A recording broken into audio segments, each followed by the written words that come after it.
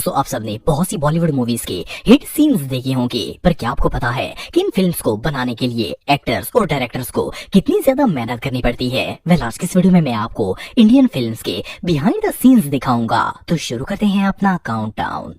Tiger जिंदा है। दोस्तों टाइगर जिंदा है सलमान खान के करियर की सबसे ज्यादा कमाई करने वाली मूवी मानी जाती है। ये 2017 में रिलीज हुई थी और इस मूवी ने वर्ल्ड वाइड 565 करोड़ रुपए का बिजनेस किया था। वैसे तो इस फिल्म की स्टोरी शुरू से लेकर एंड तक किसी एडवेंचर से कम नहीं थी, लेकिन इसमें कुछ सीन्स ऐसे हैं जिन्हें बनाने के लिए काफी ज्यादा मेहनत की गई थी। मिसाल के तौर पर फिल्म के स्टार्ट में जो सीन दिखाया जाता है वो इराक के एक शहर की लोकेशन होती है, लेकिन आपको जानकर हैरानगी होगी कि वो सीन इराक में नहीं बल्कि दुबई में रिकॉर्ड किया गया था। असल में इराक में सिक्योरिटी के लिहाज से काफी खतरा था, इसलिए वहाँ शूटिंग पॉसिबल नहीं थी। सो डायरेक्टर्स ने दुबई के अंदर ही एक ऐसा शहर बना दिया जो सेम इराक जैसा लगता था। हालांकि ये सब वीएफएक्स की मदद से भी किया जा सकता था, लेकिन फिल्म मेकर्स हर चीज को रियलिस्टिक दिखाना चाहते थे, इसलिए इन्होंने वीएफएक्स ऐड नहीं किया। मजे की बात यह है कि इस फेक शहर का सेटअप इतना ह्यूज था कि इसे देखकर कोई अंदाजा भी नहीं लगा सकता कि ये सब कुछ नकली है। इसके अलावा मूवी के एक सीन में सलमान खान अपने बेटे के साथ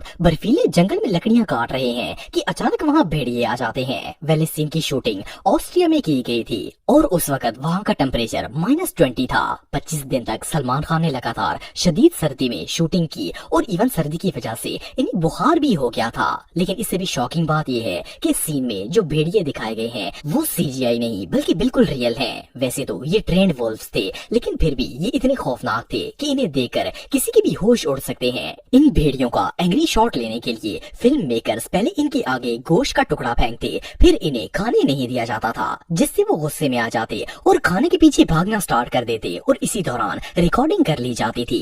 मोरओवर इस फिल्म में स्कीइंग के जितने भी सीन्स दिखाए गए हैं इन्हें किसी स्टंटमैन ने नहीं बल्कि सलमान खान ने खुद परफॉर्म किया है। इवन इस फिल्म में इन्होंने हॉर्स राइडिंग और घोड़े पर चढ़कर फाइटिंग के सीन भी खुद किए हैं। यहाँ तक कि बहुत से फाइटिंग सीन्स ऐसे थे जिनकी शूटिंग के दौरान सलमान खान को काफी चोटें भी आई थी, लेकिन फिर भी इन्होंने सारे स्टंट्स खुद परफॉर्म किए। एनीवे, सलमान खान ने मूवी बनाने के लिए जितनी मेहनत की थी इसका रिजल्ट भी कमाल का था।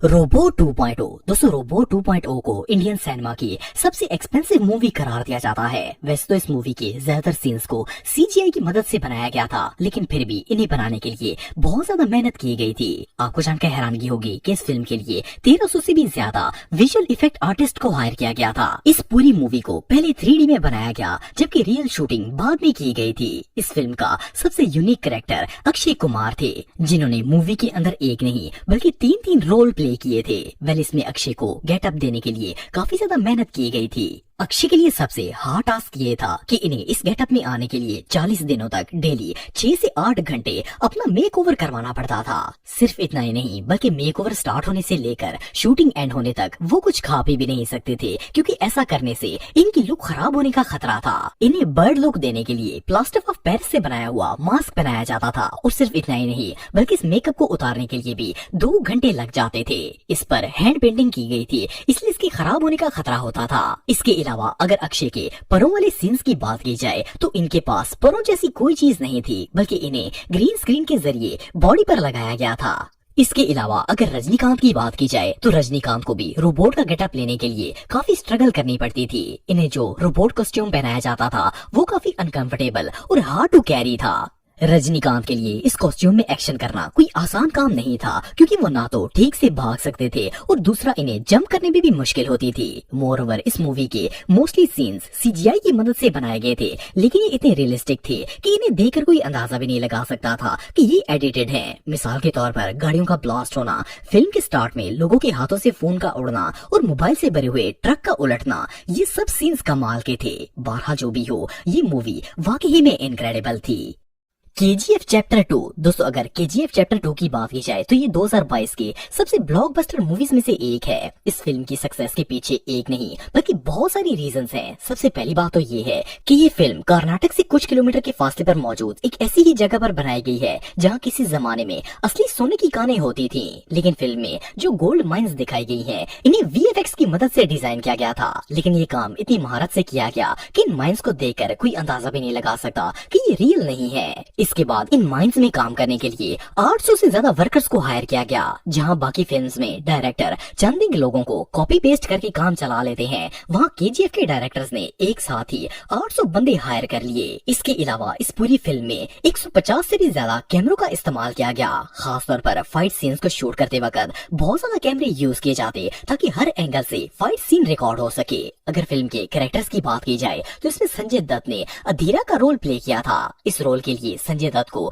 जो कॉस्ट्यूम पहनाया जाता था इसका वजन 25 केजी से भी ज्यादा था। शूटिंग के दौरान पूरा टाइम ही इन्हें ये कॉस्ट्यूम पहने रखना होता था, जो कि किसी अजियत से कम नहीं था। वैसे तो मोस्टली फिल्म के कार चेसेस वाले सीन स्टूडियो के अंदर ही ग्रीन स्क्रीन लगाकर शूट किए जाते हैं, लेकिन केजीएफ चैप्टर 2 में ऐसा नहीं किया गया। इस फिल्म के कार चेसिंग वाले ऑलमोस्ट सारे सीन ही रियल लोकेशन पर रिकॉर्ड किए गए हैं, जो कि इसे रियलिस्टिक लुक देते हैं। इसके अलावा फिल्म के क्लाइमेक्स में हीरो यानी कि रॉकी मिनिस्टर को मारने के लिए आता है। इस सीन को भी वीएफएक्स के जरिए नहीं बनाया गया। जैसा कि आप वीडियो में देख सकते हैं कि ये सीन रियल लोकेशन पर शूट किया जा रहा है, और सिर्फ इतना ही नहीं बल्कि इसमें यूज होने वाली सारी वेपन्स भी असली हैं। और तो और इस सीन में दिखाई जाने वाली पुराने जमाने की जीप्स भी बिल्कुल रियल थी। इस मूवी की शूटिंग क्योंकि एक रियल लोकेशन पर की गई थी, इसीलिए गोल्ड फील्ड्स को एक्टिव दिखाने के लिए स्मोक का इस्तेमाल किया गया था, ताकि देखने वाले को लगे कि ये माइंस बिल्कुल रियल हैं और इनमें काम भी हो रहा है। आपको जानकर हैरानगी होगी कि स्मोक को क्रिएट करने के लिए रियल ब्लैक स्मोक ग्रेनेड्स का इस्तेमाल किया गया था,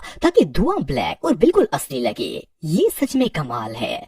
बागी 3 दोस्तों, अगर आपको एक्शन मूवीज पसंद है तो आपने टाइगर श्रॉफ की बागी 3 मूवी देखी होगी। इस फिल्म में टाइगर श्रॉफ का भाई जो कि एक ऑफिसर होता है, इसे क्रिमिनल्स किडनैप करके ले जाते हैं और ये अपने भाई को उनसे आजाद करवाता है। वैसे तो इस फिल्म के ज्यादातर सीन्स सीजीआई बेस्ड हैं, लेकिन मूवी का वो सीन जिसमें रॉनी वायरस की मदद से गाड़ी को ब्लास्ट करता है वो बिल्कुल रियल है। इस सीन में रियल गाड़ी को ब्लास्ट किया गया था, और जब गाड़ी डिस्ट्रॉय हो गई तो इसके बाद फिल्म मेकर्स ने ब्लास्ट शुदा गाड़ी के पीसेस उठाकर हीरो की तरफ फेंकना शुरू कर दिए, ताकि सीन को रियलिस्टिक बनाया जा सके। और जब फिल्म में ये सीन दिखाया गया तो ऐसा लग रहा था जैसे ये सब ब्लास्ट के दौरान ही हो रहा हो। इसके अलावा ये फाइट सीन मुंबई के कार जंक यार्ड में शूट किया गया था।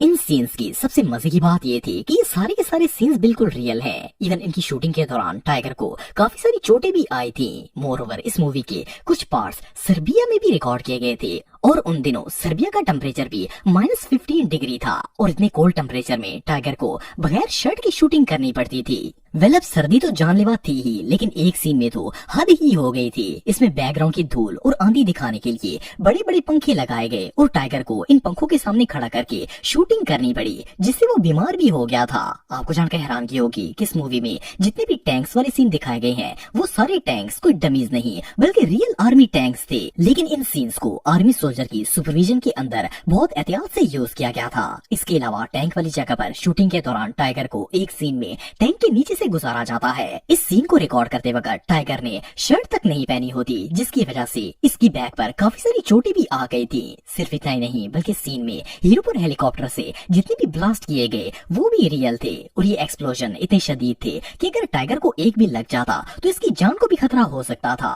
वेल, इतनी ज्यादा मेहनत की बेस पर ही इस फिल्म ने 137 करोड़ रुपए का बिजनेस किया था।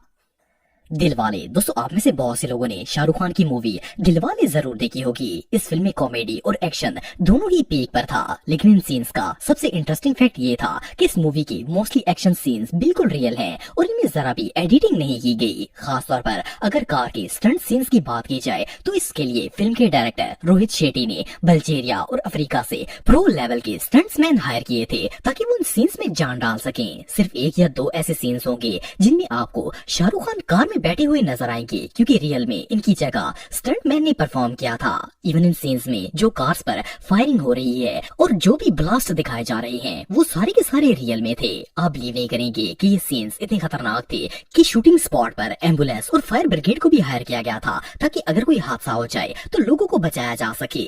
यहाँ तक कि एक एक्शन सीन की शूटिंग के दौरान जब एक गाड़ी ने हवा में जंप किया तो वो सीधा नीचे आने की बजाय हवा में ही उलट गई और नीचे सेफ्टी के लिए रखे गए कार्टन्स के ऊपर गिर गई। उस वक्त अंदर स्टंटमैन भी मौजूद था और गाड़ी की हालत काफी खराब हो गई थी। इसे बाहर निकालना काफी मुश्किल हो गया था, लेकिन रेस्क्यू टीम ने इसे जैसे तैसे करके बाहर निकाल लिया और इसकी जान बच गई थी। इवन इस फिल्म की फाइटिंग के दौरान शाहरुख खान ने एक गुंडे के सर पर इतना जोर से मार दिया था कि चोट सीधा इसके दिमाग पर लग गई थी और वो बेचारा 1.5 साल तक एक्टिंग नहीं कर सका था। इसके अलावा एक और फाइटिंग सीन के दौरान तो होल्डिंग केबल टूटने से एक स्टंटमैन शदीद जख्मी हो गया था।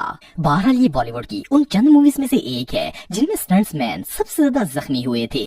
आज की वीडियो में बस इतना ही।